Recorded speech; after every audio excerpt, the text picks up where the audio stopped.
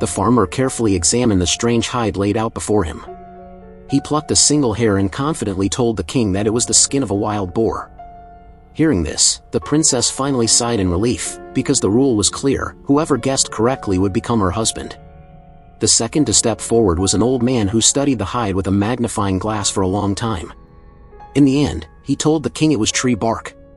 The princess looked nervously toward her father, but the king shook his head. Next came a knight. The princess actually liked him very much, but unfortunately, his answer was also wrong. Then, a wild-looking man stepped forward. He had lived in the forest his whole life and had developed an unusually sharp sense of smell. He leaned close to the hide, sniffed it once, and boldly claimed it was flea skin. The answer sounded absurd, yet the king's smile suddenly froze, because the wild man was correct. Months earlier, during a royal ball, the princess had performed music in the palace when a flea crawled onto the king's hand. No matter how many times he tried, the flea refused to leave, so he took it home. To keep it alive, he even fed it with drops of his own blood. Under his strange care, the flea grew as large as a bean in just a few days. The king treated it like a pet, and after 3 months, it had grown to the size of a piglet. He felt oddly proud of this, but the flea soon became too large and unhealthy. When it fell sick, the king summoned a doctor. Shocked by the bizarre sight, the doctor had no idea how to treat it. In the end, the flea died. The king was heartbroken, but soon devised another plan. He ordered the doctor to keep the secret, then skin the giant flea. To choose a husband for his daughter, he announced that any strong man who could guess what kind of hide it was would win her hand. The king thought this would help him find a clever and worthy son-in-law, but to everyone's surprise, the wild man gave the right answer. Horrified at the thought of marrying him, the princess ran to the rooftop in tears, ready to throw herself off. The king rushed to stop her, reminding her that as a ruler, he had to honor his word. To protect her father's reputation, the princess reluctantly agreed. The next morning, the wild man took the princess away. After a long and difficult journey across mountains and cliffs, they arrived at his cave. The ground was littered with animal remains, and the princess felt nothing but despair. The wild man tore a piece of meat and tried to offer it to her, but she recoiled in fear. He didn't understand why she was still unhappy, thinking he had given her the best he could.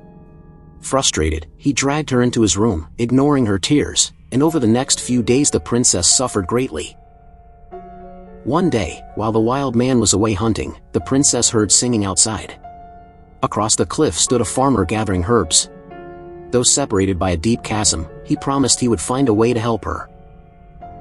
The next day, while she was drying grass in the sun, a handsome young man suddenly appeared.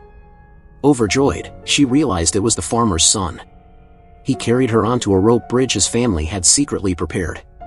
On the other side, the farmer and his family waited to help. Everything seemed to be going smoothly until the wild man returned. Furious at the sight of his wife being taken, he scrambled down the cliff, grabbed the rope, and tried to chase them. But it was too late. The princess was already safe, and the farmer's eldest son cut the rope, sending the wild man plunging into the abyss. Believing the danger was over, the group prepared to bring the princess home. But to their horror, the wild man had survived and soon found them again. He attacked the farmer's husband and eldest son, leaving the younger boy terrified. The young man quickly grabbed his mother and the princess, trying to escape, but the wild man followed their scent without rest. At a desperate moment, the boy drank strong wine, lit a torch, and blew fire toward him. Flames burned the wild man's skin, and for a moment it seemed they had won. But he quickly put out the fire, overpowered the boy, and snapped his neck. The farmer tried to fight back but also lost his life.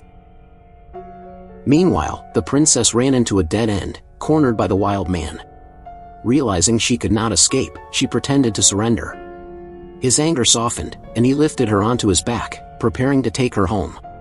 But at that very moment, the princess pulled out a knife and struck his throat, ending the nightmare once and for all.